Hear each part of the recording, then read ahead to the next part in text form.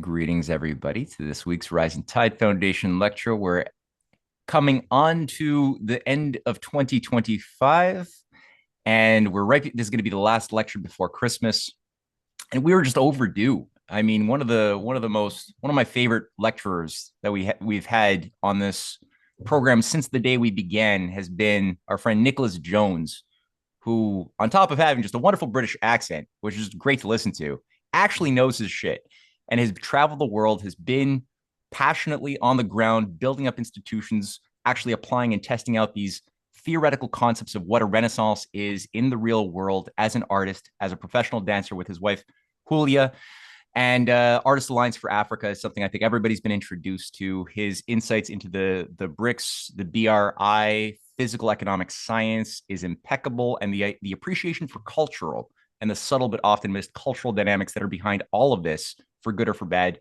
Nick has been focused on it in a deep way for many, many years. So I was happy when he pitched the idea of doing a presentation on both Africa's potential new renaissance, but also the question of what is China bringing to the fight around this new underdefined world system, which will happen. There will be a new system emerging. The question is, what will it be? Who will it serve? What operating principles will it be abiding by?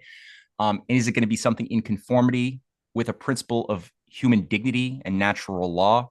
Or is it going to be something in defiance and perversity against all of these principles that human beings have been fighting for thousands and thousands of years? What will it be? So there's a big question mark over China. A lot of people right now are being given all sorts of framing narratives that are painting China as the supervillain of the world, out to create its own super empire under this evil BRI that is doing debt trap diplomacy. And it's so there's enough of that hysteria. So we're going to look at a different analysis. And Nick, I'm really excited. I got my notebook out, and like usual, as soon as Nick is finished, we're going to open up for Q&A. Nick, it's all yours, man. Thank you, Matt. That was really kind. Okay, let's get straight to it. I'm going to share my screen. Okay, welcome everyone. I want to start with just that we take this class with an open mind, that we have an open system going through us, that we think broadly about things, and everything, of course, especially my generation, we're always looking at the future, and we want the future to be bright. And we've had in my lifetime, it's been, watching our Western civilization kind of wind its or kind of run out of energy.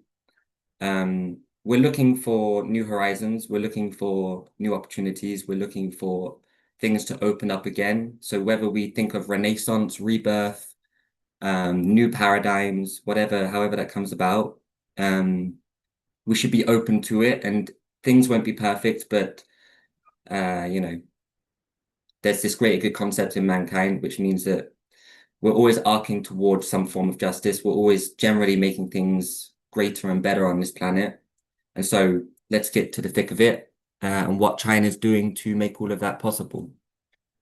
So this class is called Economic and Civilizational Relations between Africa and China, a focus on Ethiopia especially, East Africa and beyond.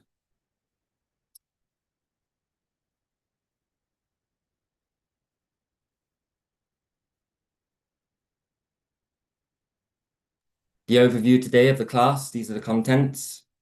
We're going to be talking about basically a little bit of the past, starting off just to give the groundwork. Then the diplomacy that's happened in recent history, recent modern history, probably starting from the arrival of the PRC in, with Mao Zedong, and the opening up of diplomatic relationships there. And then going on to the economic rebirth, both of China and thereafter other nations in the world and how China affected that. And then a case study of kind of what that's done in different regions of the world, and which regions, we'll be talking about East Africa, but there's many regions that have taken China as a template and have formed alliances, especially economic ones, to have greater development, greater connectivity, and movement of people between nations, and also to economize and industrialize. Then after that, I'll be talking about the recently announced GGI from Xi Jinping, which is for me, having followed China and especially Xi's thought process for the past, I'd say, starting in 15 years, going back to the Belt and Road Initiative, which was announced in like 2012, 2013 in Astana, Kazakhstan, at the wonderful university there. And yeah, it's a kind of rehashing of the old Silk Road, the ancient Silk Road, which was a time when China was in its former glory. And the new Silk Road, which has been documented by many people. One such book that maybe people have read was written by Peter Frankopan, who's a Cambridge scholar, I think, actually, funnily enough. And yeah, that just goes to show the reach of this idea, this kind of presentation to the planet of what China is now offering to the world in terms of development and infrastructure. And GGI will be going a bit further in terms of the governance, civilizational development, whether we say aristocratic or meritocratic development. We'll be talking a bit about that too. And then after the future, we're going to open up that to a Q&A. So let's get started. Civilizations of the Global South. So that's what they are, Ethiopia and China. So their relationship goes way back. I'll start with something that I've documented in previous classes and I've written about in articles. A famous man called Zheng He, who was a voyager. He was a discoverer, an explorer, much like we had in Europe too. But he was a few, 100 years or so before our arrival in Africa. And his voyages are well documented. This is basically his path, which is also the path of the Belt and Road Initiative. So we see that we are rehashing the ancient in the modern time. And there is actually a statue of him built in Mombasa, Kenya, where they built the standard gauge railway between Mombasa and Nairobi, and they finished that in 2017. And there's actually a statue of him at the station in Mombasa. So the symbolism's there too for people to go and witness, and tourists are seeing that all over the world. And the BRI is not just an economic adventure, it's also a cultural adventure. It's a chance for us to travel farther, easier, and quicker. And with security, something else we'll be talking about later. Cultural exchanges. China and Africa have had cultural exchanges for centuries. A lot of people in the Western world today are thinking that these relationships have only just begun. It's not true. Trade relationships, especially between China and East Africa, has been strong and fruitful for both nations for centuries now. And I never know a time, I mean, Zheng He arrived in East Africa in 1405. They could have just as easily colonized it, but they didn't. And we can talk about those civilizational aspects later, but that's just a point to make about history. Like China did arrive there sometime before we did and did not make the same choices as we did in terms of looking at that wealth. Now, in modern times, we have the evolution of diplomatic ties. Diplomacy, of course, we consider it a Western construct or a Western invention. And of course, after the Second World War, we created the United Nations and the International Charter that is like a kind of international law for us all to abide by. The funny thing is we do not abide by our own laws, but those laws actually are quite natural. They're quite universal. And China today is doing a lot to uphold the values of the original UN. And we'll talk about that later. But yeah, so the diplomatic contacts that come about are, the new world order that's come about from the Second World War. And diplomacy is something to avoid conflict, is to get nations talking and developing and reaching common interests so that we start avoiding conflicts. And that really did create we in the West say a long period of peace. We know there's been a lot of wars in that period, and we've used a lot of fear to keep that peace. We're now moving into a different paradigm where fear will have a lesser role in keeping the peace and keeping order. But it's just a point to note that we did do a lot of good in the world back then, and we did set the basis for what we're seeing today. And China is actually using a lot of our ideas, is rehashing them, is rebirthing them, and just making them better. simply by invitation with the other. That's just by inviting others to the dialogue, you make it a richer dialogue and so on, so forth. So the era of Mao Zedong, the opening up, the original, when the PRC becomes formated and starts to develop and rule China. In the 1950s, you had the Bandung Conference, which was a very famous Global South moment and conference that was held in Indonesia. And that's when China really started showing interest in leading the third world. It's interesting to note that in the 1960s, the average Chinese person had a lower GDP than Kenyans, Tanzanians, and Ethiopians. So, I mean, it's amazing that even though they were poorer than a lot of the nations they were setting up relationship with, per capita at least, they were offering help already then. So Egypt was the first African and Arab nation to establish diplomatic relations with the PRC, 1956. Other North African countries followed suit quickly after. Then we get to a kind of golden age when, of course, we have a kind of coincidence of opposites where China arrives at a moment where it's done its initial foundation. They've provided themselves food security and energy security, and Mao has raised the life expectancy by 20 years in a short few decades, and they are now providing some sort of sustenance for the nation, and they go into the era of Deng Xiaoping, which we call the opening up period, which was happening in the late 70s. And that period coincided with many African nations gaining independence, which is interesting too. And it's funny, at the same time, we had Kennedy in the world, and we really had it really was a golden age because we had all of these fantastic, somewhat Platonic or Confucian leaning leaders that were developing for the greater good. And China could not be what it is today without Mao and the preceding leaders that came after him. And much like any other country would not be what it is today without what came after Kennedy or what came after Lumumba or what came after others. So for some countries it went well, for others it did not go so well. But the PRC and Russia especially, they were actively supporting decolonization movements. They had few means by which to do so. They couldn't, of course, fight the massive Mickey Mouse architecture of the West, but they could affect things, and they did. Ghana established relations in 1960, followed by Mali, Somalia, Tanzania, Uganda, Kenya, and others. Then in 71, the support of 26 African nations was crucial in the UN General Assembly vote that allowed PRC to take China's seat at the United Nations, replacing the Republic of China. So some pretty big diplomatic maneuvering here. And by 1980, you have full diplomatic relationship with the whole continent, pretty much, bar 8 countries or 9 countries. So that was the arrival of a potentially fruitful relationship. And then when we hit the millennium, Xi, of course, had not come yet. I know that, but he was already there in the light, and I think anybody who knew, was aware of his elevation. And by the 2010s, he was very much leader of China. And under Xi, China has built an unrivaled diplomatic network in Africa.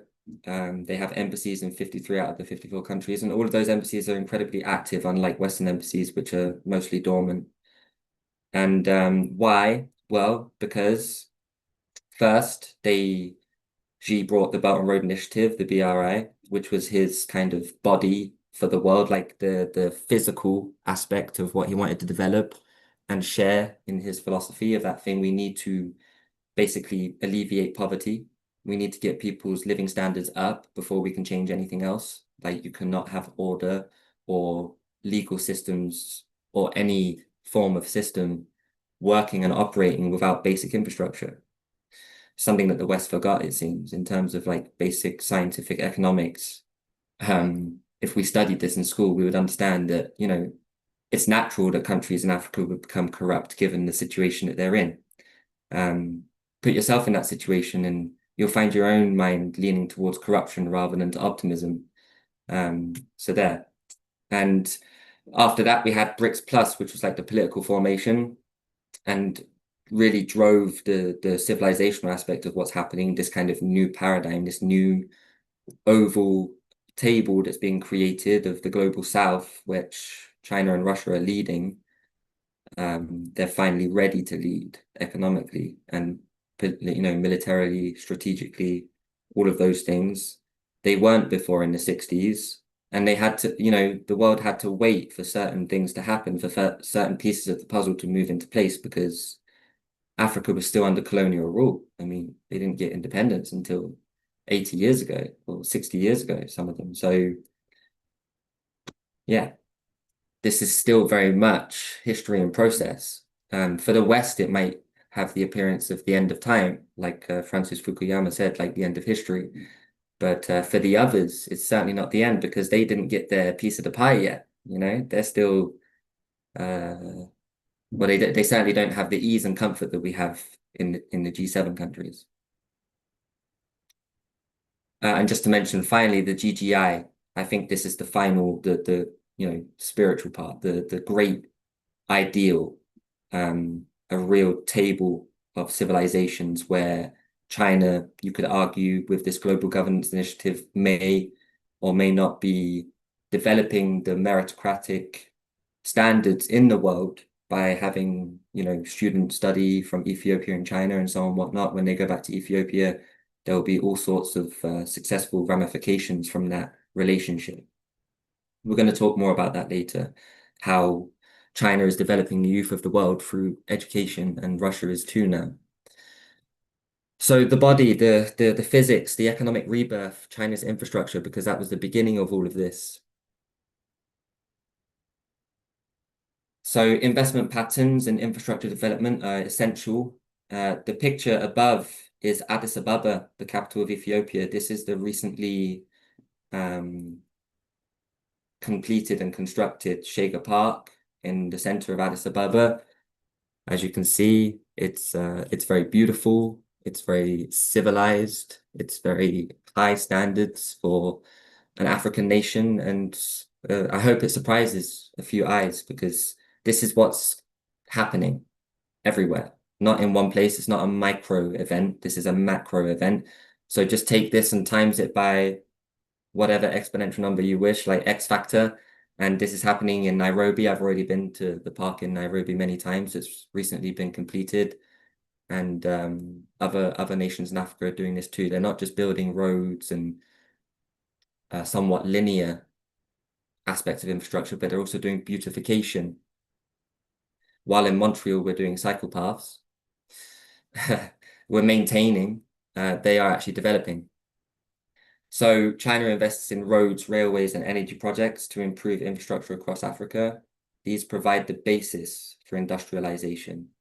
And for any nation to begin the made in Ethiopia or made in Japan or made in Mongolia process, this is what you need. You need transport and energy because the only way to create good, affordable products is with low-cost energy, as Europe is now finding out after blowing up its gas pipelines with Russia. And we are now being deindustrialized for that reason.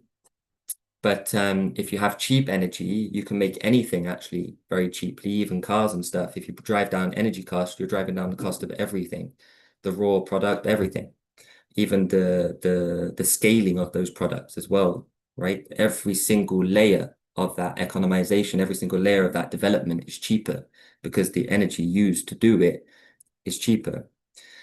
So economic sovereignty and political independence dance hand in hand. They can't be separate. Civilizations must be civilized, and infrastructure is a straight road to civility. There is no pride in poverty. So aid and charity will never work, which has been the Western policy. All around the world for the global South, it's been handouts, financial handouts, which of course are never enough to really develop these nations. Remember, these nations, these continents are bigger than Europe. Europe's the smallest continent in the world. So you're going to need a lot more capital. You're going to need a lot more hands. You're going to need a lot more skilled labor to develop a continent like Africa. These are just the scientific means, There are limits, and right now population is a limit. Energy is a limit, right? So China's filling in that gap, like something that the West promised for so long and we didn't do. Instead, we just financialized and we corrupted that way because it was never enough to develop anyway. So the economic growth promotion is there. You've got energy and transport infrastructure investments all across the continent. They are enhancing connectivity, productivity, and they stimulate economic growth quicker and quicker. It's not that it's going up and down, and barring pandemics, things would be all plain sailing by now, right? Like last year, well, I'll go 23, 24 actually. Ethiopia did 9.2% GDP growth or something. Just 24, 25 announcement is 10.4% growth. You can only imagine what the preceding years, like, as we get to 30, 31, 31, 32, Ethiopia's GDP growth could be what China's was in the 70s, 80s. I'm writing an article on this now, actually, to kind of go over that graphic and see the kind of relationship between each other's path. Because I think they're basically growing along the same trajectory, but I'll argue that maybe eventually at some inflection point, Africa will go quicker and will dart through that line of China. And many people may wonder why China would want that to happen, but China's one country, Africa's a continent, so always bear that in mind. Um, this is the bedrock, though. All of these, connectivity, productivity, stimulating economic growth, that is not the end goal, that's the means. The end is to create a scientifically productive nation, a nation that has sovereignty over its mind, that can actually create individuals that have the capacity to discover some aspects of the universe that God's created for us. And you're going to use all of your ancient cultural elements to do that because the others have different ways of looking at things. They have different aspects. They have different customs, traditions, and there's a universal kind of relationship between us. But we have to use metaphor and poetry to kind of have that, to understand that relationship with Egypt, not to whitewash it, not to kind of feel the need to imitate or perform a kind of smoke and mirrors operation where you change the perspective, the world perspective of these cultures, right? Which I think that's already been done a lot and it's kind of reached an end goal.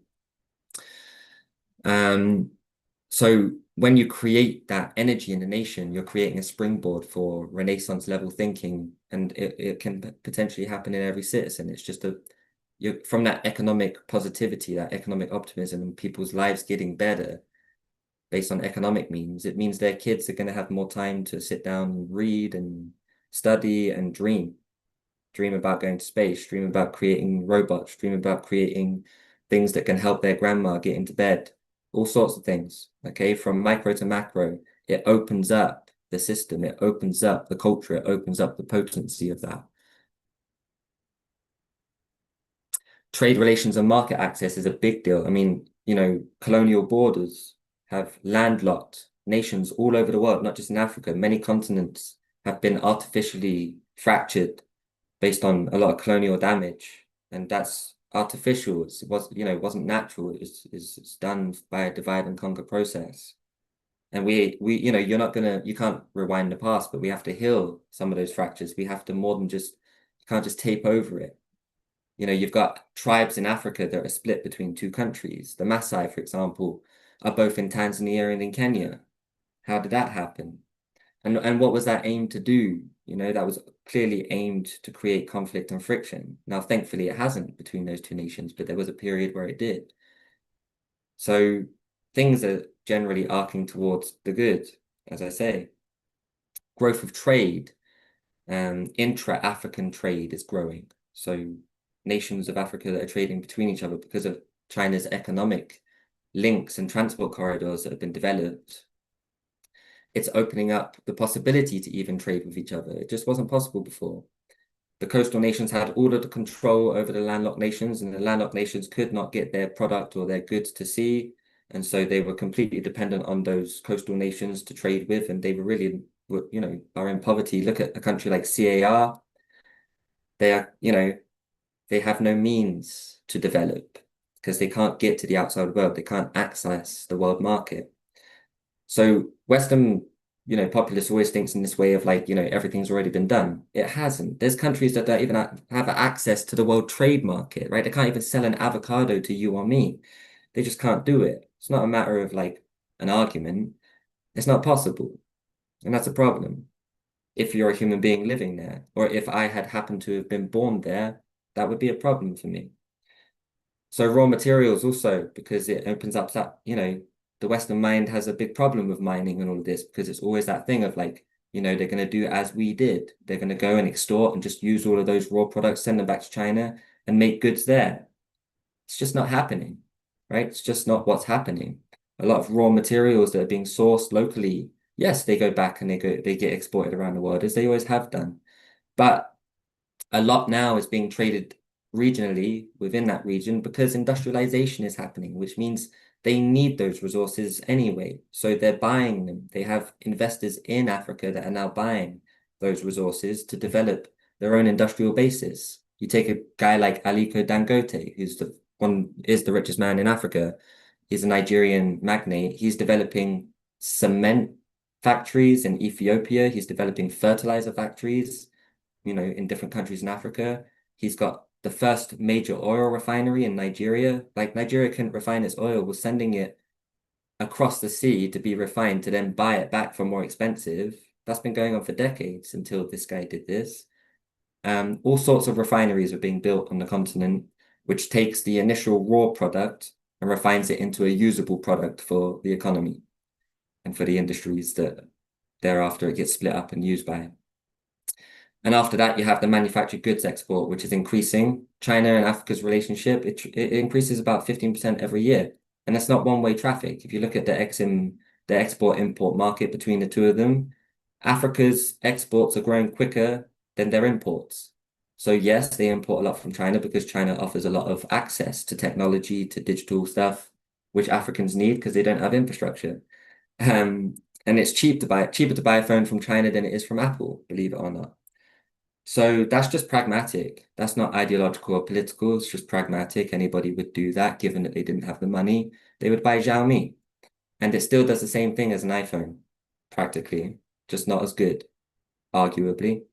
So that's mostly been a pragmatic relationship in terms of economics. And that is the groundwork. That's the basis for the platform that we see today. And um, in this picture, this is a recently completed bridge across a strait or a bay in Dar es Salaam, like the commercial capital. It's not the capital anymore because they changed it in Tanzania.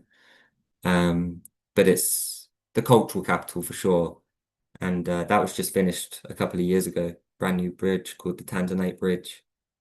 Tanzanite is a special jewel that you can find only in Tanzania near Mount Kilimanjaro, in case you were wondering. So it's purple. And yep, that's a beautiful example of what the Chinese can do, how quick they do it for a low cost, and it gives them a better standard of living. That has reduced the transport across the city by some 45 minutes, reducing traffic. Most African cities, they lose at least $1 billion a day just in traffic. I know Nairobi, in traffic alone, just in the rush hour every day, they lose $1 billion by people being late for work, by not getting deliveries done on time, by not getting the postal service going, everything. Market access boosters are last.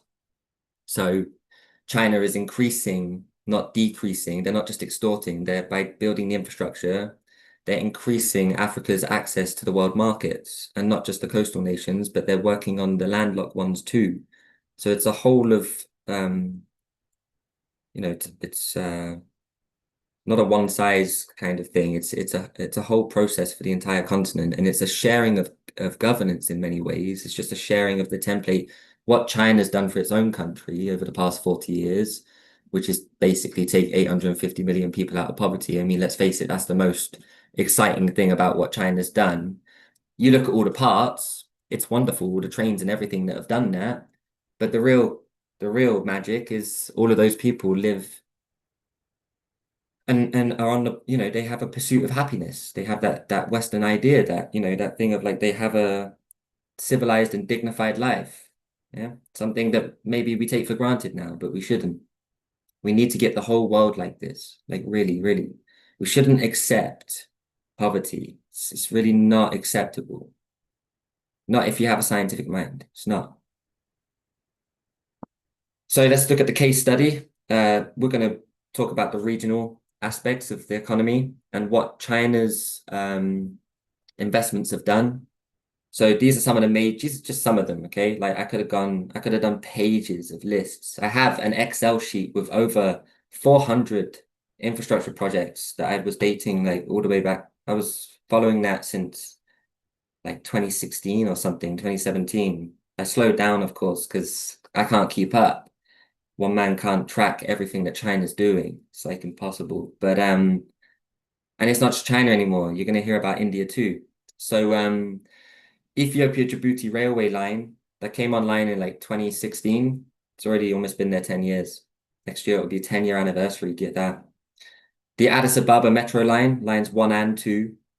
They built both. So it's again, never is it linear, right? They do like an exponential effect on that city where I think like 65% of the people living in the city had access to a station within like 15-minute walk. It's like so smart, so effective, right? They don't get everybody, but they get 2/3. It's amazing. And then they're about to build Africa's biggest airport. So Ethiopia's going on this big, renaissance spending economic program right now. People think GERD is like the end. No, GERD's the beginning. GERD's like the power for it, you know what I mean? And this picture here, this isn't even GERD. This is the next one. This is Koisha hydropower dam. And they're building that now, and that's going to be finished in a couple of years. And that's going to join GERD. GERD is 5.7 gigawatts, which like doubles Ethiopia's generation capacity overnight. Koisha is like 2.4 gigawatts. That's going to take it up. They now have too much energy. Like they're now rushing to plug in all the villages of Ethiopia because the electricity is so cheap because they don't have enough people hooked up to it, and they need to create more demand. Now they've just signed a power agreement with Kenya to sell Kenya 100 megawatts of electricity every single year. That's like they have to, right? That's like what they can commit to for sure. They could do more than that.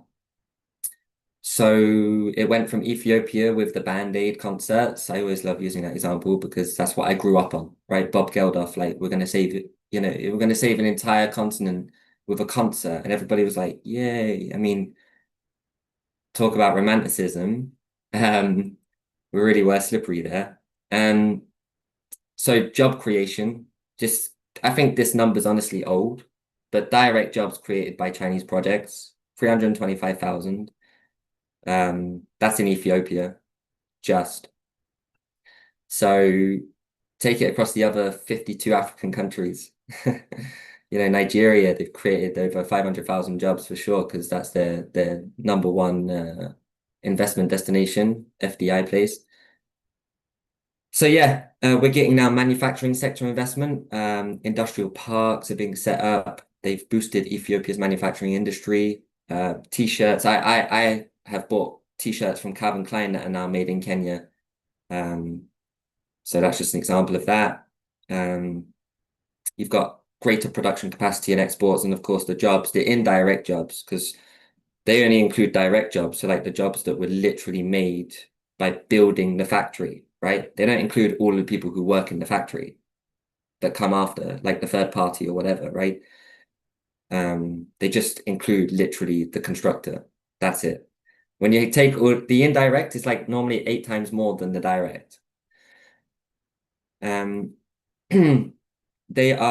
They are an intervention on the colonialist investments made of the past. Those investments were actually made as like a stranglehold. These investments are made as an opening to open up the potential of the continent.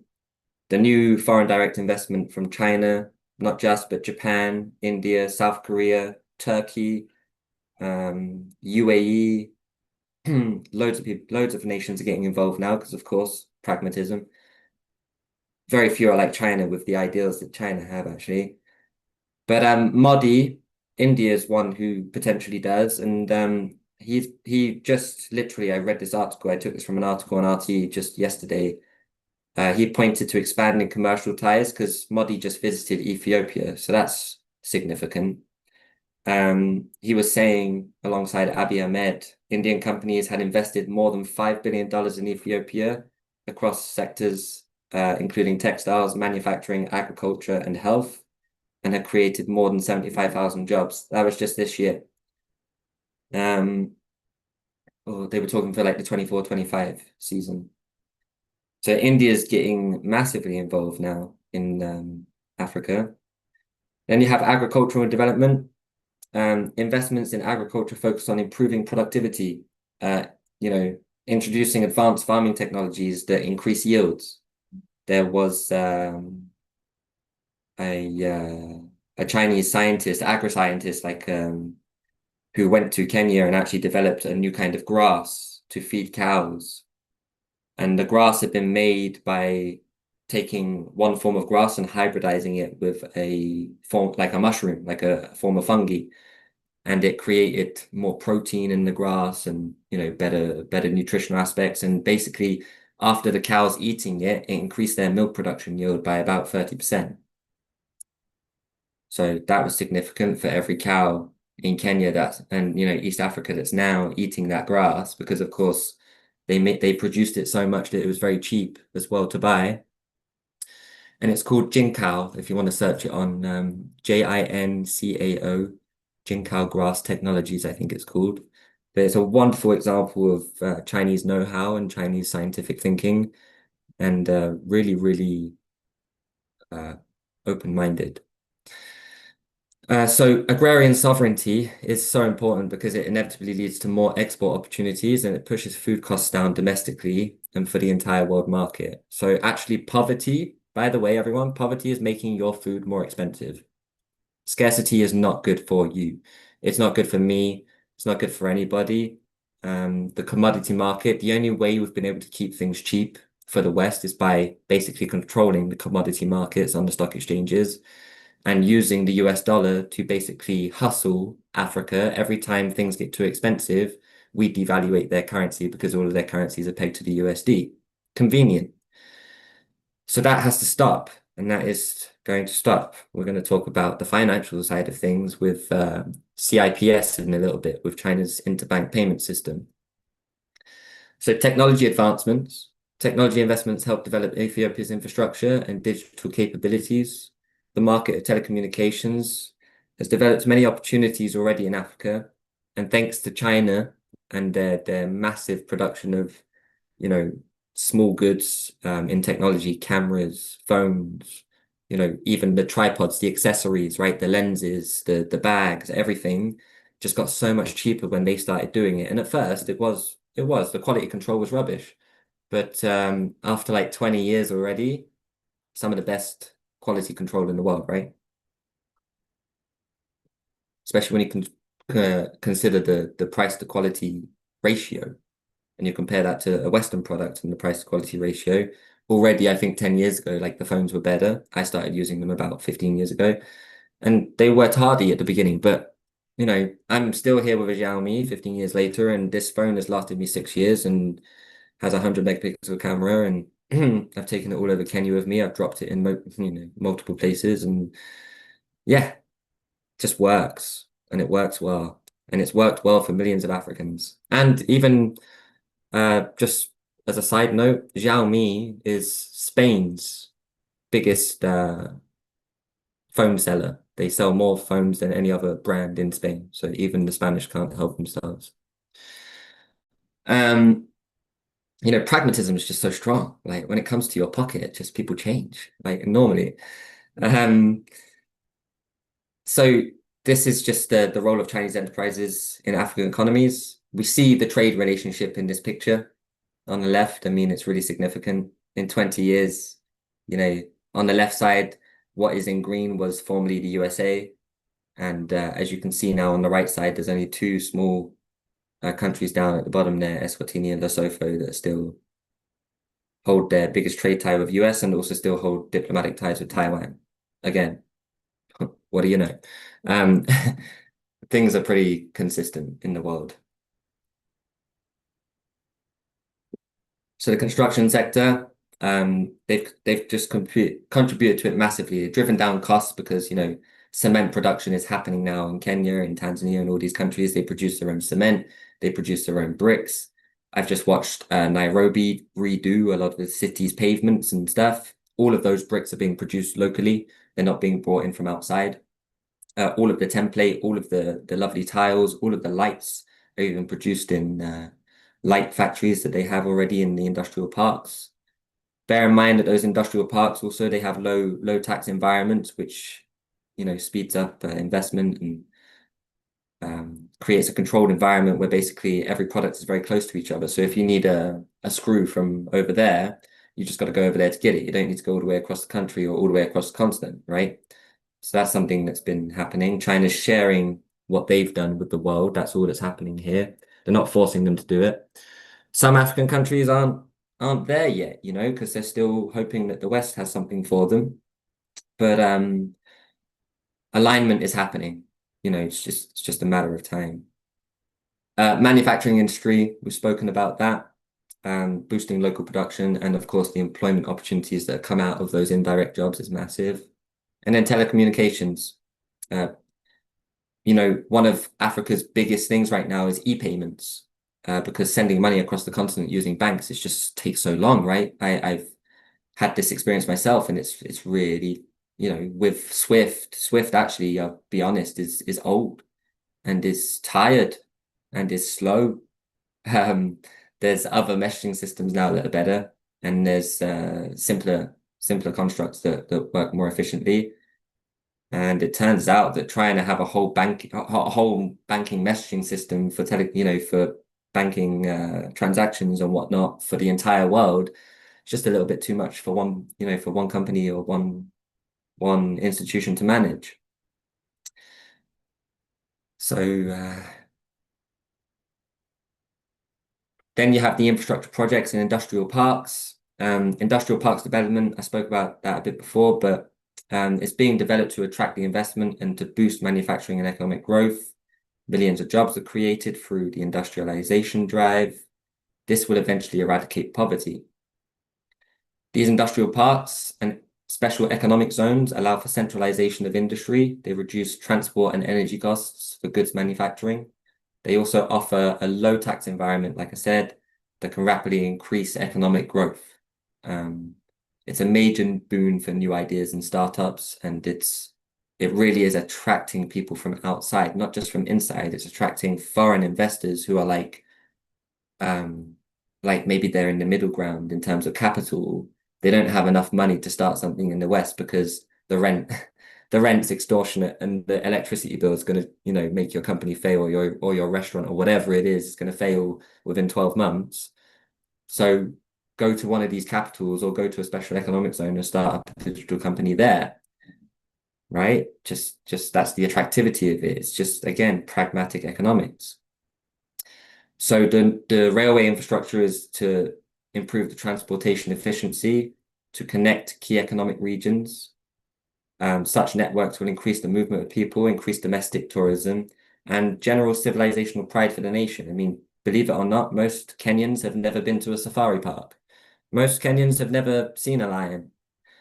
I love that thing. Like everyone in the West, when I come back, I mean, people always talk about the animals because the WWF and Greenpeace, and they've all done that, right? To our minds, they've made that thing of like, there's no people there.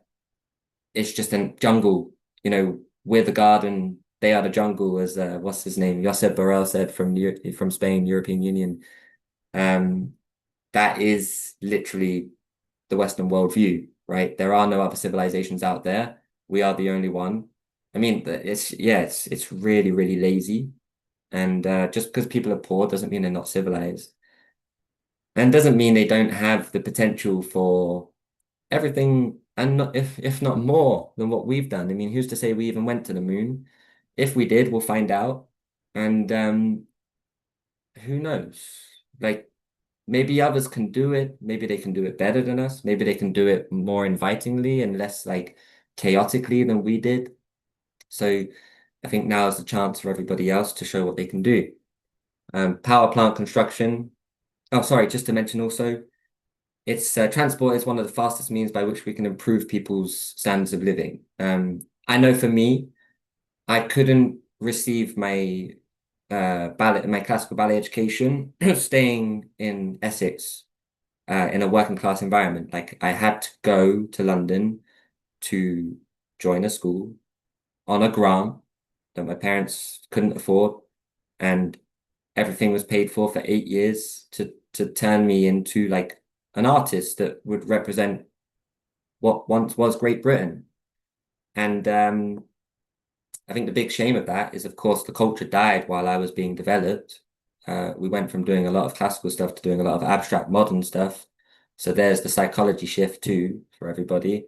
That's where they dumbed us down literally, and they told us there is no beauty. Like, you're not beautiful, we're not beautiful, we got no leadership qualities, and you're supposed to just go along with it, right? It's just like abstraction, abstraction, abstraction, no ideals, no principles, no greater good ideas, nothing developmental. And we saw that in the arts too. Everything was just about now became very sporty and how high or how much you could do this or that, not about the quality of the soul and the language and the poetry that comes out of that soul, like the personification of things, right? Like the true story, the metaphors that underlie why these things are happening on stage or why this is happening in this novel. We've lost that quality of thinking in the West, you'd say. I mean, especially when you look at the youth, they're really like quite depressed and they don't have fairy tales anymore. They don't believe in much. They don't believe in development. So that, fairy tales might seem silly, but up until which point? Up until the point that you can't build a road anymore. So when we can travel affordably, we can change our own fortune, right? I could go to the Royal Ballet School. A kid in a village, a kid in a village of Ethiopia could go to the university in Addis Ababa on a train every morning without having to leave his mum and dad, right? We can develop our own potential with a certain freedom without government needing to intervene on our lives in a social way, because that's the thing. At the beginning, you're going to need that. Everybody would. Homeless people in Montreal need that right now. Not that the government's going to do it. They're lining up on Notre Dame, right? But once that intervention's happened and you've lifted that rising tide and all the boats are floating and they're sailing and they got wind behind them now, they can go pretty much wherever they want, wherever the limits take them, right? Wherever their mind can go. On the left here, we have two pictures of the example. Up the top, well, it's Hawassa Industrial Park in Ethiopia that was built, state funded. It was China's policy guidance, you could argue, but Ethiopia and China, they started like way back, right? They were, Egypt, Ethiopia, and China had been good for a while. Egypt and Ethiopia got an issue, but we'll talk a bit about that. But it's coordination, that's what's happening. They're coordinating them. So the regional economic impacts in East Africa, we have trade stimulation. This is LAPSET. It's a connectivity project between Kenya, Ethiopia, South Sudan, and even Uganda by default and Tanzania because their train lines are going to connect too. So you can see the train line from Mombasa to Nairobi. That's already been agreed with China that they're going to build it all the way to Kampala in Uganda. It will eventually go all the way around Lake Victoria and join up with Tanzania's SGR, which is going to be finished. Tanzania's will be finished in like 2028, and it will go all the way to Rwanda.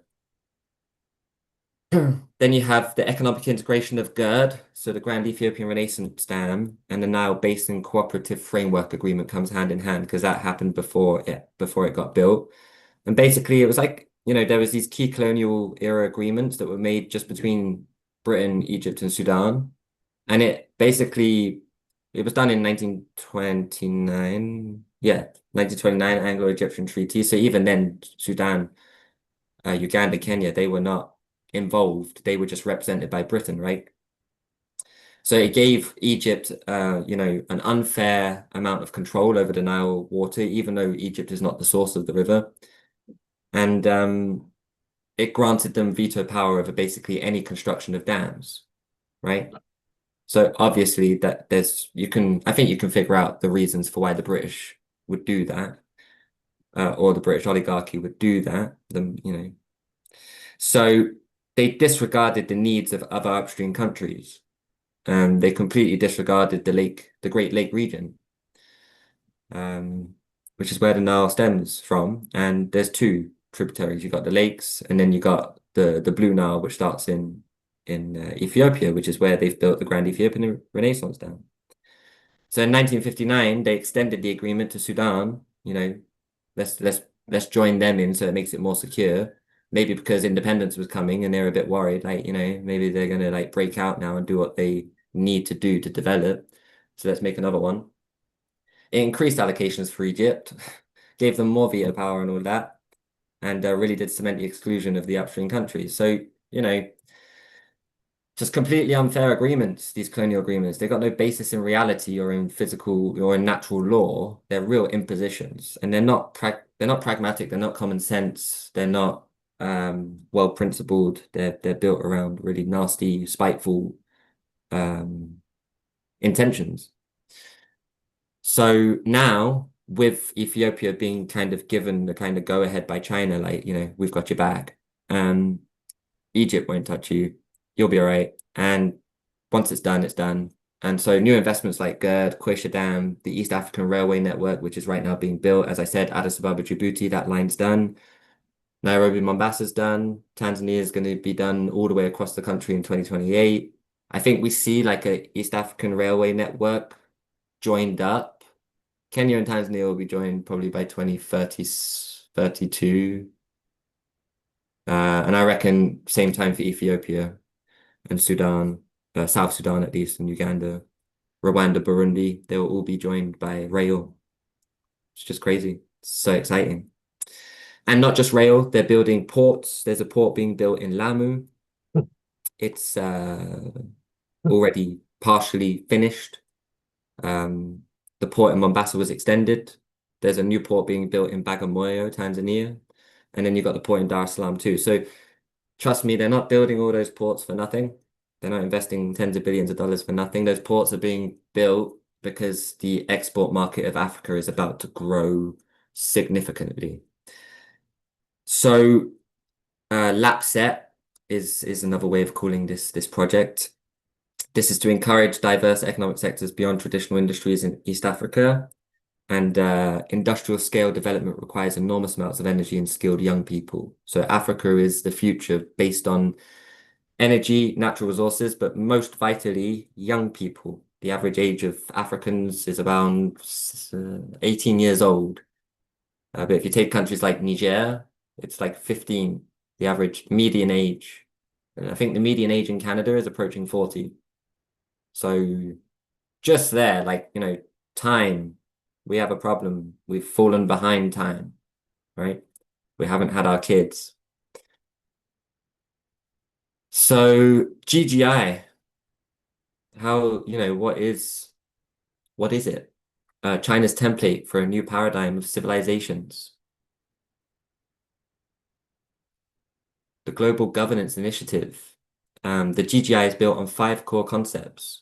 Adhering to sovereign equality. All countries are equal participants in global governance, regardless of size or wealth. Abiding by international rule of law. Universal legal norms should guide global governance, and the house rules of a few countries must not be imposed upon others. Wink, wink. That's a wink and a slant towards the West, and NATO, by the way.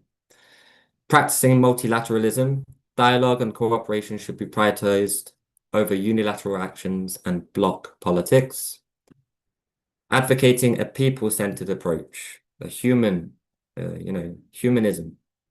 The focus should be on human welfare and sustainable development just to keep everybody happy.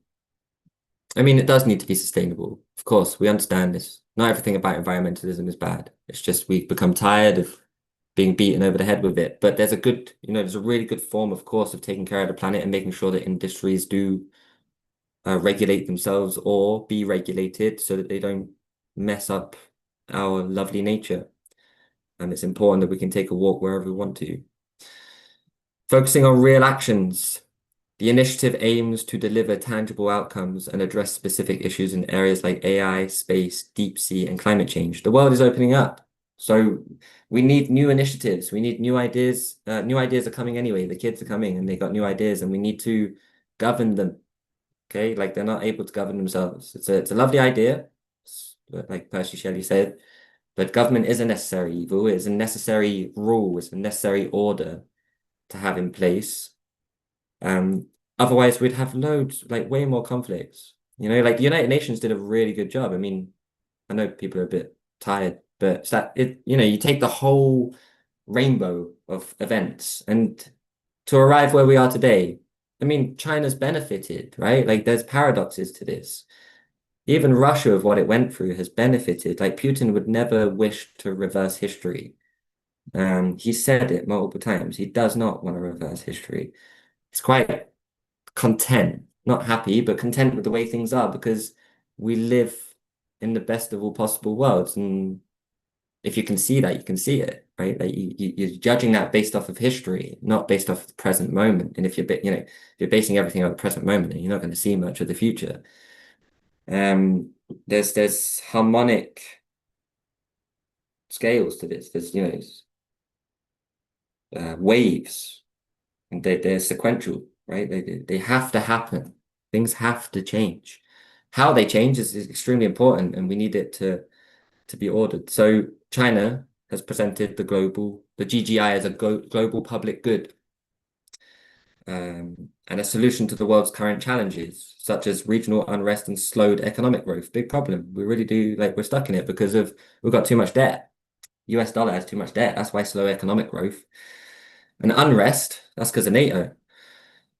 So it aims to provide Chinese wisdom to help solve these global issues. Whether you think they have it or not, they do. It's 12,000 years old. They've been here longer than we, and they have a lot of wisdom to share with the world, and we could converge on many issues: terrorism, war on drugs, corruption, human trafficking, etc. These are all things that are very dear to everybody here today, I'm sure. We've heard a lot about them. Been in our mainstream a lot lately. A lot of these are NATO-funded proxies for destabilization of any given country or region at any given time. They're just ready and waiting. And it's a choice of rules-based leadership versus civilizational leadership at the end of the day. We were civilized, or at least our aristocracy was, and they did have merit, but it's a different day. The Global Development Initiative. So these are the layers of this GGI. It's not just about, it's not just, oh, I'm going to govern you. No, here's the plan. So first I'm going to develop. This is what I've done in China. This is development initiative, right? The development master key. The belief that development is the primary solution to all global challenges, including conflict and instability and poverty. Can't have any order or legality or, consistent day-to-day action in any country without development. Alternative governance models. It promotes a state-centric development model as an alternative to Western-led aid models that often come with political conditionalities. Bear in mind Franklin Roosevelt when we talk about this, okay? He had to intervene. After the Great Depression, the West had allowed it to get so bad, like bankers were running America, that we let it get that bad that the state had to intervene because people were queuing up on the street for bread, right? Not that long ago in the whole arc of history. It's a shameful moment for us. And he had to intervene majorly to get us out of that economic mess. And you could argue that the reason he was in power for so long, of course, his own genius, but there's a necessity to it. There's a necessity. People needed him to stay there to get us out of that mess. And then, of course, after they made sure nobody could ever run for 3 presidential terms or more, right? Can't have that happen again. The London was well angry. But it's so interesting that even after a Great Depression and Roosevelt's Renaissance, we go straight back into it. I mean, really, like, talk about dropping the baton. I mean, talk about just like throwing the baton out of the window. And then Kennedy comes along and pop, 4 of them lying on the street in a matter of, weeks, months. Nobody does anything. Like, yeah, the fear. You wonder, was it always just that? Was it ever really platonic? Was there always that Leviathan-esque kind of Hydra underneath the surface just waiting to take over again? Because it seems that every time we had a leader that got us ahead, not them, that the common good moved forward, went higher, the standard of living increased, the cost of living decreased, the potential increased. It ended. Yeah. So we need something stronger. It's not responsible to govern itself. It's just not. Multilateral solidarity, I think, is a stronger position, a stronger table than just one civilization. We need multiple civilizations to sit down and globally govern. It emphasizes the concerns of the global south that has long been forgotten about by the West, a promise that never was fulfilled. And it seeks to strengthen the development functions of the United Nations, an institution that we created under the Bretton Woods agreements. The GDI offers a structured project pool and cooperation platform across 8 priority areas: poverty alleviation, food security, pandemic response and vaccines, financing for development, climate change and green development, and the right way, industrialization, digital economy, and connectivity in the digital era. So it's in order. It's very much economically in order to do, like, food. Well, poverty alleviation, of course, but that comes from giving people food and, food security, and then making sure that they're secure from bioweapons attacks, secure from their hogs or their pigs getting some random flu. I don't know. I don't know what everybody looks at, or what everybody sees, but we know for sure biowarfare has happened on this planet, and that needs to stop. We can't keep pecking people's agriculture back and killing massive loads, culling hundreds of thousands of livestock just because of a disease that we don't even know if it affects humans or not. I've just seen this happen in Britain. We saw it already with the foot and mouth and these events that are sculpted and placed before us as though they're natural or real events. I'd like to ask everyone to question that. These are all areas where China has exceeded expectations of the world. They've managed to do it themselves. Look at how they dealt with the pandemic. If you think that that it came out of Wuhan by China's, that they really wanted to do that to the world, then it requires further study. But yeah, the other actions, I think, certainly for any studied observer, make it clear what is going on. And so, lo and behold, global security initiative, because it's not very secure, this planet. And this GSI is framed as a holistic approach to global peace organized around 6 core commitments: common, comprehensive, cooperative, and sustainable security, moving away from zero-sum military alliances towards security through dialogue and shared development. I mean, really, the Western psychology really does think in a zero-sum way. Whenever they think of China, Russia, it really could be anyone. It's that thing of like, we will only judge them by how we judge ourselves. We will only look at them with the same glass through which we look at ourselves. And it's wrong. They are different. They are the other. They are not us. And they do not have to abide by how we think or how we are or how we do. There can be universality and there needs to be an agreement. There needs to be cooperation, but we are the ones not cooperating. And that's why this has to happen. We are the status quo. We are stopping the natural law emerging. So adherence to the UN Charter, it's a Western institution that now China is successfully actually holding up and reinvigorating with action. Indivisible security, upholding the principle that security of one nation is inextricably linked to the security of others.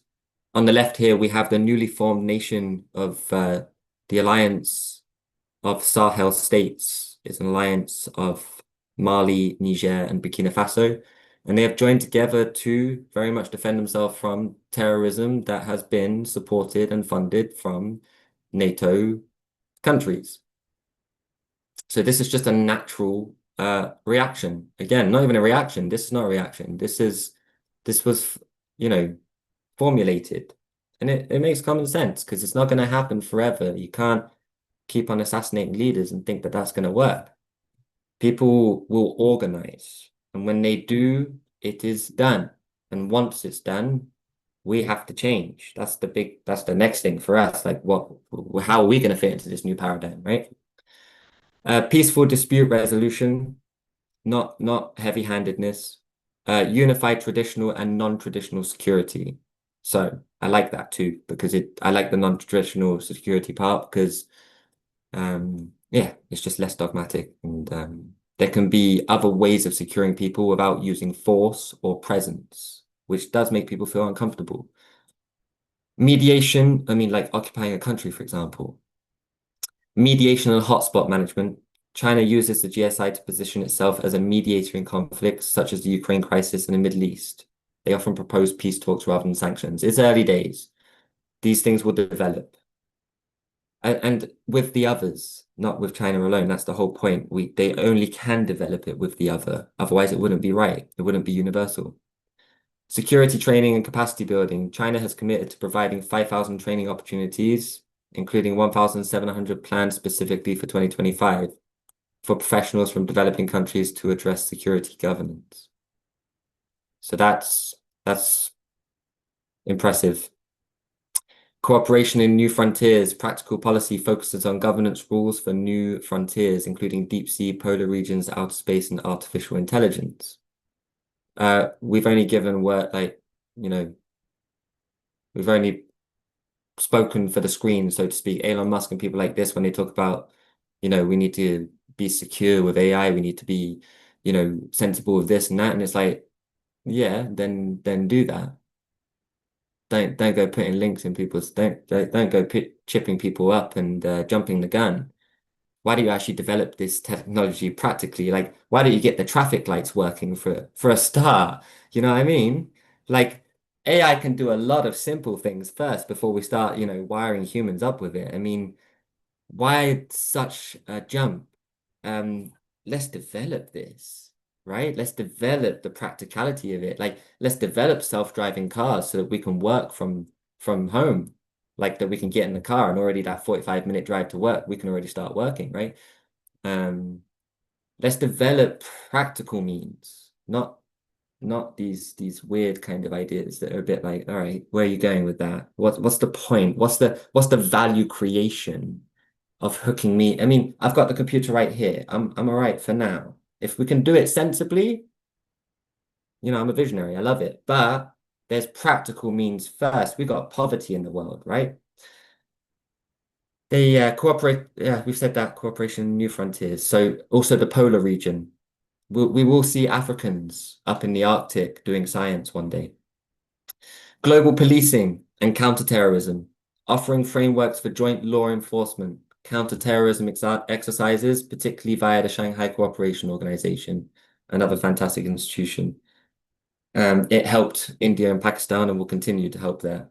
And specialized platforms like the Global Public Security Cooperation Forum. There are also strategic research centers being set up. In 2025, China established dedicated GSI research centers to deepen theoretical and policy alignment with the global South, to learn from one another and vice versa. I think this is the final one of the global initiative, and it's the civilization initiative. It's like the spiritual, the soulful part. The ancestors will be so happy up in heaven when they see this happen. Confucius and Plato are going to have a dance when they see this happen, right? So it was introduced in 2023. It's like the final, it's like taken him 10 years to get from the BRI to this. Because of course, probably if he had announced this back then, it's like, oh God, what's China doing? Nobody was ready for it, right? It's like, hang on, we've just had to deal with the West for 200 years. And now you want to rock up and, provide your, you know, your know-how and your learning. Maybe it would have been a bit too much, but timing is everything. I think it's perfectly timed. It will always offend some. Um, so this represents China's ideological framework for a multipolar world order that rejects universal Western values in favor of cultural relativism. So a bit more nuance when it comes to civilizational communication and how we talk about our philosophy and how we think, and a little bit more flexibility because there needs to be. GCI serves as a soft power tool to legitimize diverse political systems, but not that they become separate, that they can be still in dialogue and working together and not have to use Western systems to have those relationships, right? There can be other forms for conflict resolution, other forms for development, other forms for whatever, right? Yeah. So rejection of value universality. It argues that concepts like democracy and freedom they're not universal, but should be defined by each nation according to its own culture and national conditions. So you need a lot of nuance with that. It's not that they don't believe in freedom. Of course not. They are exercising their own freedom. Look at the high-speed train network. But they don't want it to fall into some sort of romantic aspect of what love and freedom is. You're not just free to do as you want whenever you want. That's not freedom. There's a responsibility with freedom. And given that you have any power at all or any knowledge or wisdom at all, there's a lot of responsibility actually with your free will as however you use it. And ones that know that could be considered servants of God, right? That thing of like they take it absolutely principle to their everyday life, that they only wish to serve the good. However, that whether that is through art, science, but it's generally through discovery or um, development of ideas. And so now it's time for the others' ideas and their civilizations to be presented to the world. I mean, Hollywood has run out of scripts, right? We need more juice, and the Kool-Aid just doesn't work anymore. We need more stories. We need more folklore. We need, ballet has run out of steam. Everything that was classical once ran out of steam, probably because it didn't look to the other for other narratives, for other ways of seeing things, for coordination, how I see things, for a dance to happen between those two peoples. Um, we know in history, civilizations have visited one another. When are we going to tell those stories of that connectivity that happened all the way back then? When is there going to be a movie on the ancient Silk Road and, a great tradesman and a great story about that? So there's so much content there that we've been blocked off from because we only look to ourselves for creative energy. But when you actually look to other cultures, you get you re-energize your own culture, actually. It becomes alive again, becomes in dialogue. And I think you're only alive if you're in dialogue with the other. Otherwise, you just don't know. You just don't know. You know things maybe on a page, but you don't know how they are, how they think, how they move, how they want it to be, what their free will behaves like. Because customs and traditions, yeah, they have a nuanced aspect. They make us do things differently, how we raise kids, how we prepare the house, whatever. Civilizational equality. It explicitly opposes theories of a clash of civilizations or superiority of one culture. It promotes harmonious coexistence. It's very classical. If you're a classical thinker, you know this. Everything is about harmony. It's not about breaking harmony. We don't like composers that do that. Like, go listen to Hector Berlioz. I don't like it. He makes a beautiful thing and then bish, bash, bosh, right? It's like, why'd you do that? Why do we do that? Why, when a country's developing, do we go regime change it? No, no.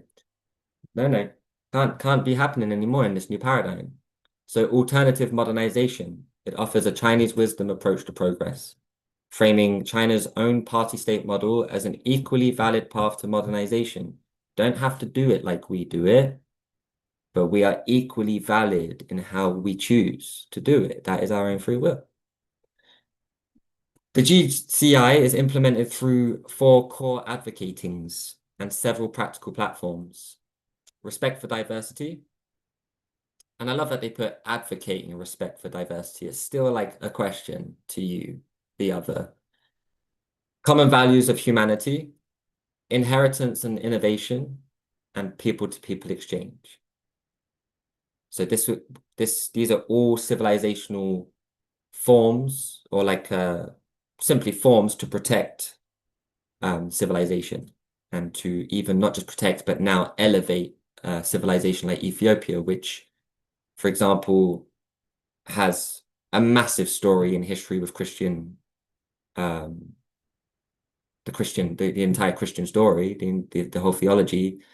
The Ark of the Covenant is still held in Axum today. There's the great story of how the Queen of Sheba had a son with King Solomon, and that son became the first king of Ethiopia, Menelik the First.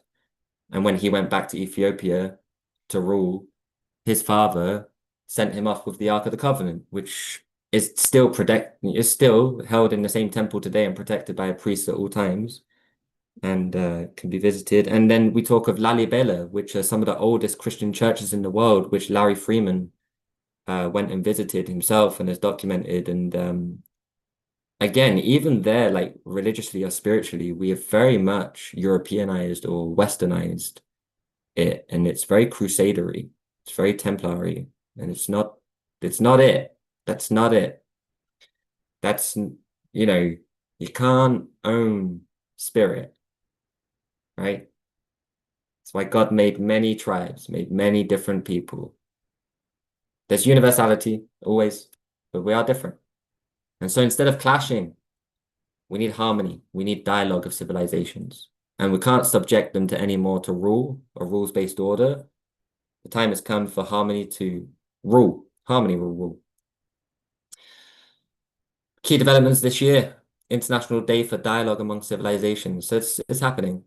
Can't stop here, right? The youth is turning up to these events. I've seen the pictures. They're like 25 years old. Like, well, I'm already old, guys. China hosted the inaugural global event marking this new UN designated day, which was originally proposed by China based on GCI principles. Then the Global Civilizations Dialogue Ministerial meeting held in Beijing in July this year gathered political, cultural representatives to discuss safeguarding diversity for world peace. That's a discussion. Yeah. Elite outreach. This is where it gets interesting. The initiative has shifted focus towards targeting global political and intellectual elites to build consensus for a post-Western international order, particularly in the global South and parts of Eastern Europe. Whoa. Yeah, well, Europeans know what we did not do anything for Eastern Europe. We did not connect any of those high-speed trains in France to Hungary. We are still disconnected from the east of Europe. So, of course, again, it's just natural law that they would join on to the BRI because Paris, London, and Berlin forgot about them. Simply, Romania, Bulgaria, you know, even though now they have puppet governments, it won't be for that long, right? Like these things are changing because I think the youth of those countries, starts to see the horizon coming from the east. They are closer to it. It is Eastern Europe. So there's just natural elements to this too. They are more on board with that than probably anything the EU has for them or NATO, right? And then in the global south too, Ethiopia, we can see certain countries just fully on board already. So that's why I say the ship, like many ships have actually left the harbor, right, already. They've already gotten the blueprint. They've already received everything China's done. They're like, well done, China. Look at you. Like, give us the blueprint. And China's like, yeah, sure. Like, are we friends? And it's like, yeah, we're friends. It's like, okay, so Ethiopia got it ages ago. Ages ago. Egypt got it ages ago, right? This has been in flux now for 2 decades. And people are just waking up to it. That's all that's happening. Nothing's stopping here. It's just somewhere along the process, people are like, oh, I see that now. Didn't know that was happening. And then when they actually look, they see, Morocco already has a high-speed train. and is going to have by the World Cup in 2030 a full high-speed train rail network. And the trains were provided by France. So there are good things, even for us in this, like so many good things. When we get our act together, all of our technology and know-how is still very much needed in the world. But we're not allowed to control how it's used or da da da da da da. If we're going to help them, we're going to help them. Integration with GGI. In late 2025, the GCI was formally integrated into the overarching global governance initiative. So it's like the final part of it to ensure that cultural diversity is represented in future global institutional reforms. So before the fact, not when we get there, it's already promised now. Thank you, everybody, for today. That is the end of the class. That was the economic and civilizational relationship between Africa and China. And now we can open it up to the future of Africa-China relations, what this global South family table is starting to look like. And well, we can, yeah, let's open it up. All right, Nick, that was cool, man. That was exactly what I wanted. And you know, just the facts, man. Nothing but the facts. And when you look at the hard, just solid data, on top of the fact that there's aesthetical, subjective beauty that awakens in the heart when you really just look at the facts as they are, we're able to cut through and see the lies and the sophistry in how these narratives about what China is doing, what do they want, what is their intention when it comes to both Africa and the world more broadly, that's designed to explicitly invoke fear, anger, paranoia in people. But you look at the facts, and it's the greatest antidote to lies. So thank you for doing that. Now we have exactly 30 minutes. So the challenge here for everybody is going to be to make the questions concise, crisp. Nick, you're going to be challenged as well for punchy responses that are bite sized, and we're going to maybe clip out a few of these to make them standalone videos as well, because I know that there's some very important questions coming at you. But I'm going to throw the first one at the first guy who got into the queue is Bob. Bob, go for it. Oh, you caught me off guard. Okay. So knowing that the funding model, knowing what the funding model is for these initiatives, I see commonality between this model and the American model. And I think there's also an acceptance that there will be defaults on any repayment obligations. The big difference is that in the American model, it's based on anticipating this eventuality to make the model profitable, whereas in China, they seem to be planning to absorb these losses. So the question is, what's China planning to do to manage this in the event that their goodwill is kind of taken advantage of, or even worse, subverted? Like, what Mm. sort of financial sort of mechanisms do they have in place to kind of control for that? That's a good one. God, I got to think for that. Well, I don't think this new financial architecture has actually been fully like it's not developed yet. The means, like the practical elements of it, like the CIPS, we didn't get to talk about much, but that's China's interbank payment system. I was reading today, okay, Standard, which is Africa's biggest bank, has just agreed to conduct payments and transactions and has joined the CIPS um, messaging system. Okay. So that doesn't seem significant on surface, but what that means is every year, and the trade between Africa and China is growing, right? But I think last year it was like 240 billion. So all of that trade is conducted in US dollars, pretty much, right? Unless that nation holds yuan and currency, like they can't uh, buy those goods or export those goods directly. They have to first do a currency exchange to the US dollar and then dollar to Chinese or vice versa. But now, with this bank joining the CIPS, all of that trade can now be directly done through China's payment service in like 3, 4 seconds, 3, 4, 5 minutes, maybe at longest for big transactions, rather than 3 to 5 days that it took for former, like that's why I said before about the Swift banking system being very slow and tardy. So how does China protect itself? Because, well, I think in this new financial architecture that's going to come about, the superpowers, you talk of India, China, Russia, those currencies will have certain dominance in terms of that architecture, probably, and they will be pegged to real physical assets, possibly like gold, palladium, like, could take any, physical raw resource that has a lot of value.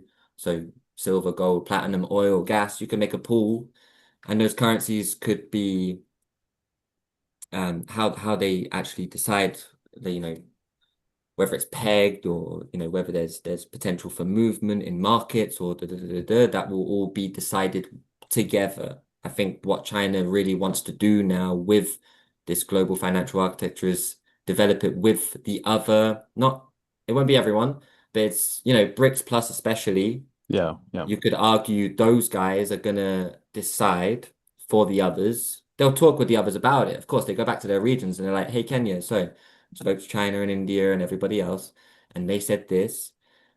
What do you think?" And Kenya's like, "Well, I get a lot of advantages out of that. Like, it's brilliant for me. Like, there's a couple of things that it's like, if I mess up, I'm kind of in a bit of a sticky situation, but still better than what I got now. I get access to market, I get all this access to new currency. I get access to China's market, which is massive, like still the biggest middle class in the world, um, and growing. And so the safeguards will be in the GGI. Like you're going to see that initiative. It's an initiative.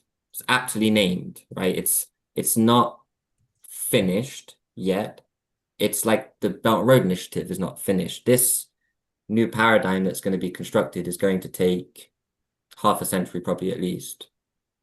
But that's like, I mean, the safeguard, there will be safeguards put in that are technical, but the safeguard is optimism. I mean, essentially, spiritually, on a pragmatic scale, when things are going things are going to go better and better with this economic system. We've really just seen like the initial blueprint get laid out, like certain bottlenecks that, the colonial era had, like, the Suez Canal got another canal put next to it, like the Malacca Strait, Singapore, their relationship with China, all of these bottlenecks. And then we had that big thing recently with the Panama Canal. All of those economic bottlenecks have been mostly sorted out now. And that was by the Belt and Road Initiative with its intervention, and has created train lines across Eurasia and all of that.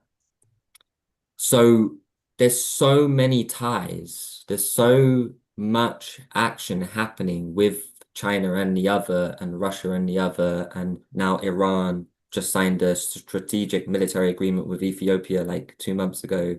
I mean, the activity, like, you got to go out and look at Ethiopian news and stuff to find it, but they're like, we're really, really like, we've really switched off. So I think that thing of like, they will make sure that they are safeguarded in the technical aspects. And after that, I think you don't need to worry too much, because the economic relationship is in China's favor. China had a $1 trillion trade surplus this year. Mm. You Hmm. know, like, Yeah, that's a that's fair. safeguard if you want any. I mean, my safeguard, don't trade with me anymore.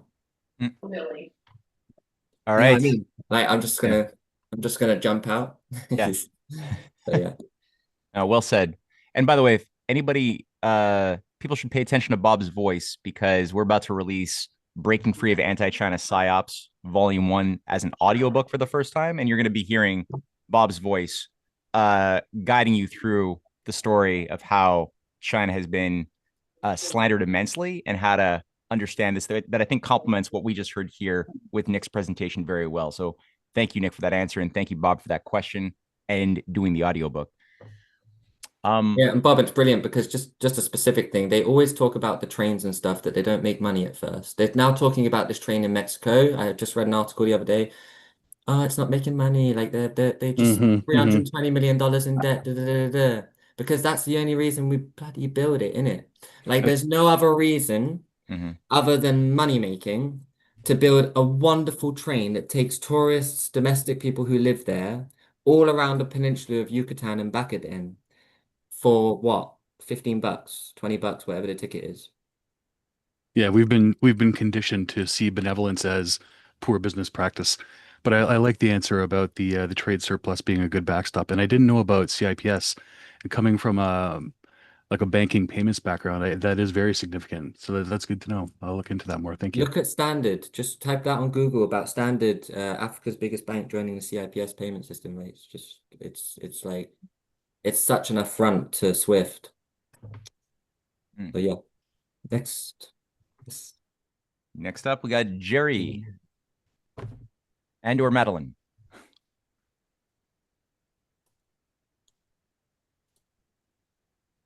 Jerry and or Madeline. Yes, can you hear me? Yes. Yes. Okay, good. Oh, okay, I'll try to be quick, but I just have to say thank you to Nick. I always love your presentations because they're so optimistic. I think you had mentioned that. And I think with all the mess going on in the world today, we really need to keep alive that sense of optimism, that sense of hope. So I wanted to thank you for that. But I was, oh yeah, I was reading the other day that over the last few years, the World Bank and the IMF provided more loans to Ukraine than they did to the entire continent of Africa. And it just blew me away because in terms of, China and their policy towards Africa, they have no competition. There is no policy from the West. It's ridiculous. I'm glad you said it. In light of everything you've shown us today, I'm thinking, as a Canadian perspective, wouldn't it be smarter for us, instead of trying to get closer to the European Union, wouldn't it behoove us to get closer to the African Union? Yeah. Anyway, I would like your comments on that, Nick. Thanks again. Yeah, absolutely. It would be a major intervention on the Canadian part if that happened. And there's so many needs between each other's especially, we talk about natural resources and also know-how. Canada has some wonderful knowledge, has some wonderful nuclear industry, and could be completely reinvigorated by partnering with African nations and sharing with them those expertise, sharing those skills, and getting nuclear power stations up and running in Africa and vice versa in Canada, and maybe even having a couple of African workers come over here and do it. Why not? Right? There's no problem with that. Because that's the thing. Immigration's so good when it's skilled. It's so good for the world to share ideas, and not just ideas like, romantic, not that it is, I'm not talking that way, but real knowledge, real patented knowledge. I mean, it's really something when a nation comes up with a potential, like, a real potential, like maglev trains. So like when China came up with, China didn't even come up with it, the Germans did, but they dropped that baton like literally as soon as it landed, and the Chinese swept in like 2002 or whatever, and they were like, "We'll have that. Let's build one in. You know what? Let's make it commercial straight away."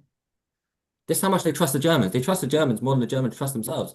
So they come to the Germans. They're like, "We'll take that. We'll put it at the Shanghai airport." I've gone on it, right? I went on it like 10 years ago when I went to Shanghai to dance. We went on that train. It's 9 minutes. 9 minutes to the center of Shanghai. Shanghai's massive, right? It's massive. And that airport is like, I don't know, 30 or 40 kilometers away. It's further than the one in Montreal. Do you know how long it takes me to get to Montreal airport? It takes me like an hour and a half by car. And that's like individual transport. I don't have a train to the airport in Montreal yet. It's coming in 27. We'll get there. They have a maglev train in Shanghai, so we're going to have to start again. I mean, I know we don't have maglev in Canada, but one day we'll be friendly to the Chinese and be like, "Hey, can you give us some magnets, please? Like that work." Then it will be our quality price ratio that will be in disregard. But no, I don't think it'll get that bad. I'm just joking. It's just a bit of satire. I really do think the West has the potential to come back with with vigor even. I think we're living it, like we're living the valley, and the valley's not so bad, actually. They've put a lot on, but I feel like we're you know, we're above board. We're almost surfing. We've fallen enough in fallen enough in the water. We're almost above board surfing now. We're almost on that wave. I know like so many people that get in to my car. Like I do Uber sometimes, and I have so many people. So I get the pole of Montreal, and over 5 years now, I've done like 4,000 trips and all types of people, right? And you get to hear the collective psychology a bit. Like if you just ask those open questions, like, what do you think of China's high-speed trains? And they're just like, what? But like some will be like, what? What's that? That's like the minority, believe it or not. The majority are like, yeah, no, it's cool. Like, like, and it just opens it up and you're like, yeah. And I'll even joke with them. I'll be like, yeah, ideology sucks, but the train's good, huh? And they're like, yeah. And I'm like, I wonder how they did that. Like, with that thinking, I wonder how they built those trains. Stay down. And I'm like, do you know what they're building now? Right. So you just keep on going and you get to hear people how open they are, because there's a lot of people are scared, scared to talk about China, scared to talk about Trump, scared to talk about anything political. They've just been made very scared to speak freely. But it's interesting how many people have a positive view of China and Russia these days. Believe it or not. I'd say about 40%. I get Indians also, people from everywhere in Montreal, and I come in, and I'm like, China? And they're like, would be good if the elephant and the tiger got along. And I'm like, real deal, real deal. Would be awesome, right? Would be so good for the world. Stay down. So I think most people on the street are in agreement. Like, Yeah, I think that's generally the truth. I mean, I think you have so, like samples. Matt, Yeah. it's time to run for prime minister, mate. I'm just. Yeah, I don't think you could do that as a British citizen, or are No, you? I was talking about you. Don't Oh, flip it back on me. I'm like Leo. Leo will go after you, okay? I'll get my son ready. You set the table, and then I'll get Leo prepped. I'm allergic to cesspools for the time being. I told my uncle when he asked me to like help him drain his septic Allergic, tank. I was like, I don't do septic tanks for now, but maybe in the allergic to future. Yeah, we'll swamps. see. Allergic to swamps. All right, sweet. So let's do who is Monty? I heard Monty's voice, and I see a couple of thoughts by Monty in the chat. Are you still there, Monty? Yeah. Thank you very much, Nick. Yeah, I've never seen or heard such a clear and precise strategic vision and mission statement presented, such as the global initiatives on governance, defense, civilization, and security. And I was just wondering, from where did this initiate, and when was it first published? I'm just fascinated by that because, in comparison to the national security strategy that was published by the U.S., it was very lame and just cursory. And the second part, I was wondering if there's any possibility that you might consider doing a comparison to the proposed $22 billion investment in East Africa and make a comprehensive return on the investment compared to the $400 billion we spent in Ukraine. I rather suspect that, like Kennedy's moon program, the return on investment would be many times a return insofar as return on investment compared to the what's happening with Ukraine on setting this country back decades. So that was my question and comment. Yeah. No, thank you so much, Monty. I really appreciate the origination, I would say. I mean, it starts, Xi's his own man. So he's written many, many books on his own principles and where they come from. And it's very Confucian, just to give the base, which basically means also Platonic, because they're on the same, same classical architecture, right? So, but in terms of like formally, you know, many thinkers, I mean, I'm going to talk about Lyndon LaRouche, like the Belt and Road Initiative. Lin is already well on it before the Chinese. Like his World Land Bridge report, which I read like literally when I first met the Schiller Institute like 15 years ago, and I just did it. I just like went through, and then I did the blue one, like West Asia and Africa, and just like bam. And when I got to the end, I don't think anything has ever changed me so much. Like I did not know potential until I understood Lin's economic theories, until I understood population relative density and how energy flux density is imperative to to energize the spirit of that population to become a creative good in the world and to create a nation that can be proud of its people and how they live and that they're scientifically educated and artistically beautiful and culturally developed. So when I saw the economic basis, because of course you think of the other stuff and it's all a bit dreamy, right? But when I saw the economic groundwork, I was like, oh my God, it's actually possible. And not only is it possible, the British Empire has done so much to stop it happening. This should have happened already. Like natural law says it was going to happen, but like things like the Bering Strait Tunnel, Lincoln and Alexander III are already talking about that. That's why they sent 6,000 Pennsylvanian workers to Siberia to build the Russian railway, right? A lot of those ideas that Lin presented in that World Land Bridge report, they're historical ideas. Some of them are new. Some of them were Lin's interventions after having studied history, universal history, he studied so well, especially from an economic blueprint point of view, and he really had the macro view of the world and understood that God had made the continents split like this so that we could reconnect them. And that would be a beautiful endeavor, that would be a really awesome thing for every individual to be able to go from London all the way to Beijing, or better yet, New York on a maglev train. That natural law possibility is coming back from the Bering Strait Tunnel idea. So these waves of development of thinking too, because it exists in the metaphysical area before it's coming into the planet. Like think of that, like the Bering Strait Tunnel is 130 years existing in the metaphysical space, and it's still it's like it's not out yet, it's not on the earth, right? This is our place.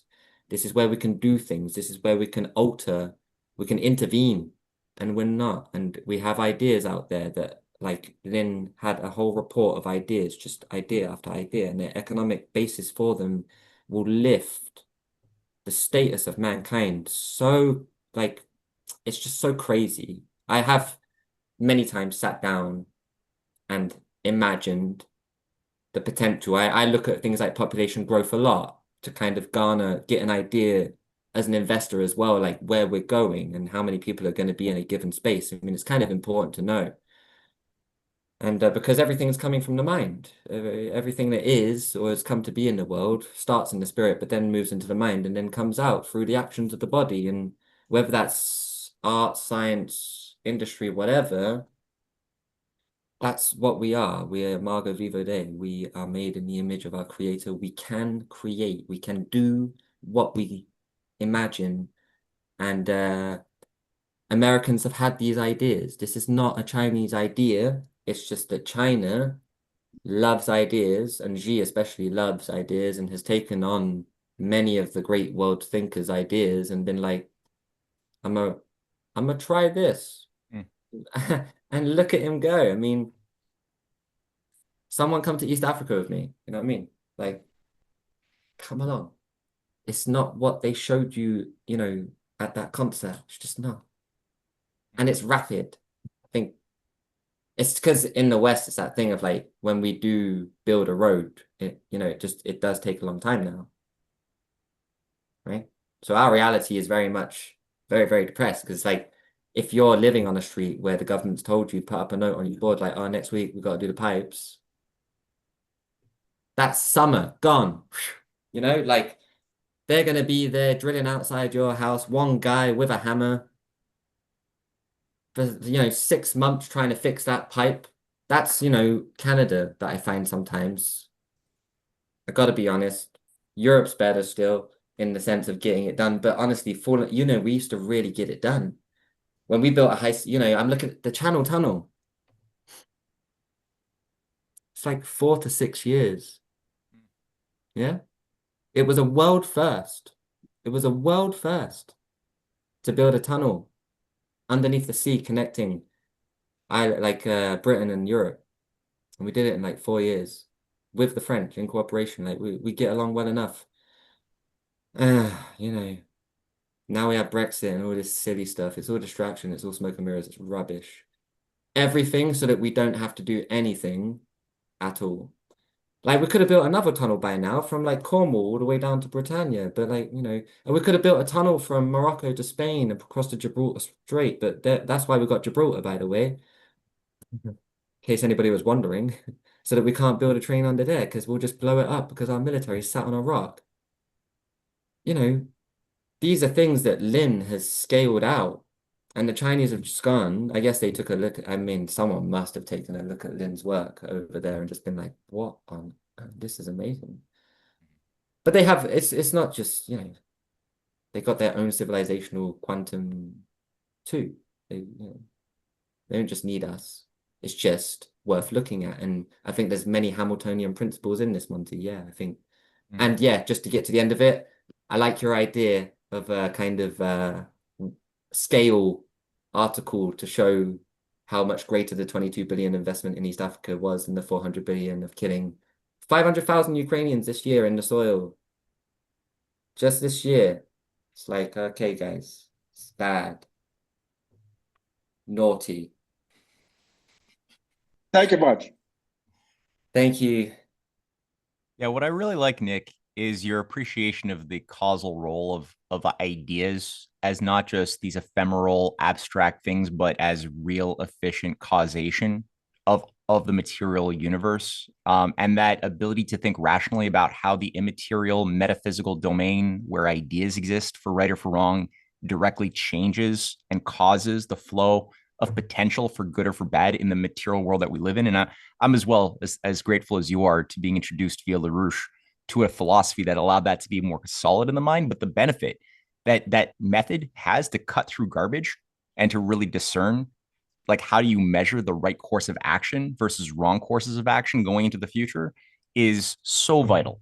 And like you said, it's with that, it's not a Chinese thing that's happening right now per se, just like it's not an American thing, this American system of Hamiltonianism. It's not a geographical thing as such, as Gilpin said, who was champion of this world land bridge back in the 19th century, that America, which is a new country, is of from the exact same civilizational source as China, because he was appreciating it from the standpoint of ideas. And it's the same thing. So it's great to, when you have that, to be able to reframe this conversation for people who have these prejudices about what America means, what China means. And it's like, no, this is a human thing. And you could completely help people by reframing the context of, well, the BRI is actually more American than America is today, or has been since JFK was killed. Ironically, play with that, It's just fun to have these little polemics. So you're very good at that. And I really appreciate you making it very succinct like that too. No, thank you, man. Yeah. I love that you got to play with the mind. You got to let that stuff flow and yeah. Anyway, yeah, next. All right, so we got time for maybe one more. I don't know if this is so much a question as much as just an appreciative set of considerations. Richard Olafson has been, I think that your comment is just very nice. So I don't know if you want to add a question to that or just share that with Nick. Yeah, I was hoping that great talk, Nick. That was fabulous, and I was hoping to shed a little bit of light on a problem that I'm trying to change people's mind about China, because more and more I get this when looking at the Great Reset and everything, that people tell me, oh, it's all communist, it's all China's behind it, and it's all a communist plot. Well, I went to in 2013 the Belt and Road Initiative was announced, and I got very excited about it and went over to the Chinese consulate in Vancouver. It took me a whole day to get there, and I had to get a hotel and stay overnight. And it was very exciting to find that China had created an alternative system, economic system that is based on fair trade instead of going into Africa and killing everybody and stealing all their stuff, which has been the model of colonialism around Africa, because Africa is the wealthiest country in the world, and followed by Russia, which is under attack. And I've always seen Xi Jinping and Putin as two of the only true statesmen present in the world right now. They in the tradition of Cicero. So I put it out there that I just want to understand the relation of China to Davos and and uh, and also what you might social credit system. I see the social credit system as kind of a extension of Confucianism, Confucianism has been embedded in China for 4,000 years now, and and so they have a different understanding of control and life and how society should function based on Confucian values. So I just wondered what you thought of that. Before you Yeah. answer anything, Nick, just keep in mind we have like maybe 5 minutes left, and I didn't expect that Richard was going to throw out very important questions, but Sorry. that really demand almost an entire roundtable, like live presentation, just on those important concepts by themselves. Which actually, as I'm talking, I'm like, maybe we should just organize a that. good Maybe idea. you should organize that. Yeah, maybe we should do that as an and actual you should, live interactive discussion with Nick, myself, a couple of other people maybe that can field these questions, and then also just have a live audience that engages with these very important ideas about like what are the fallacies, what we're being told something about the China social credit system. Are we being told lies? How do Yeah. we know? Is there a social credit system, or is it something totally different that we're not even being told? yeah. And how would we know? What is the Chinese deep state? Like, what are these elements of danger that are embedded, as you pointed out, with the World Economic Forum in Davos within China, that patriots within China are working against to try to extract? So how do we understand and make that transparent? I Yeah. think that would be like a great presentation over the holidays. And I think the social credit system is a little bit different than what the West is proposing too. I just have a sense of that. Yeah. And you should run for prime minister, Matt. I stand by my former cesspool. No, Okay. we're going to nominate you. Okay. All right. Sure. Okay. All right, Nick, you got maybe 3 minutes or so to do some parting remarks and share whatever you want based on those very potent. I think Xi's appearance at Davos was a kind of I'm letting you know how things are from now on, and you're invited. The thing about great statesmen is they got no problem with the evil guys, let's call them. It's the evil guys that have got a problem with them. So like it's that thing. Like I'm coming, I'm in control. I'm not like that, you're like that. But we've got control now. I'm letting you know. If you want to make money and continue doing what you're doing, well, that's not possible. But if you want to change a bit and like sort your stuff out and have access to our markets and and so on and so forth, largest economy in the world and still growing at 5% a year, not stopping, then like if Nvidia wants to exist in 10 years, then here's how it's going to be, sort of thing. Like, and this is what better place than to come and tell you. I come to your own house, right? And very, very polite. I mean, I saw the table, like how much they paid to sit at that table with him. People like Larry Ellison and like the big oligarchs of the West. They paid a lot of money to sit next to Xi Jinping. Well, enjoy that this evening. I mean, just think about why they would pay so much money to sit down face to face with the guy who is, well, I mean, just kind of architecturing things. Not alone, no, but the grand scheme. And it's just that it falls in his lap because of the sheer weight of the Chinese civilization. He's the individual put in charge. So he's representing the Chinese civilization here and now. And it's up to y'all, sort of thing. And he knows America well, right? The thing is, he did live in he stayed with an American family in southern Delaware or somewhere. Sounds like No, Ohio or Idaho Ohio, or something. yeah, Iowa. Wow. Yeah. So he speaks English relatively, all right. And on top of that, he has an understanding. Like he's lived in America. Like it's not that he doesn't. He will know Western movies. He will know cult norms. He will know how you doing, y'all. You know what I mean? He's gonna speak in their lingo mostly, and that's even gonna be more unsettling. And I think coming away from that Davos thing was, for the president of the United States, I think it was a little bit like just like, oh my God, I can't believe they're all there with him. Like it's just like so, must have been so jealous. But yeah, because of course to hold a table with those people and have them pay that much money to sit with you, it's like everybody knows why up there. And then after that, what was the the social credit score? Yeah, well,